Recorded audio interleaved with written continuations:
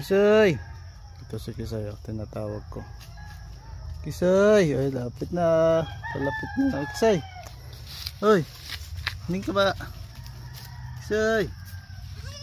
Hoy! Diba? Magaling tatawagin eh. Oo, diba?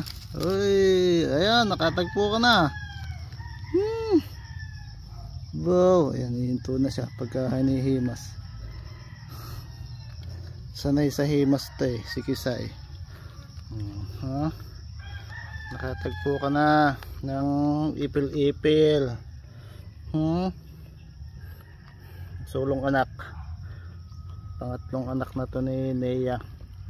Si Nea naman nasuwag ng kalabaw, may sugat sa tagiliran. Ay hindi namin pinapalakad pa. Nandun lang siya sa kubo.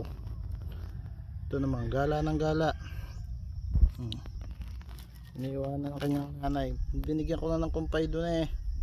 Sunod pa sunod sa akin. Nagbabakod ako dito. Ay, giba-giba ang bakod namin ay. Hanggang doon pa yun.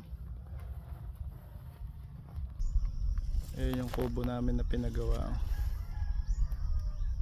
Buti na lang hindi nagiba ng bagyo.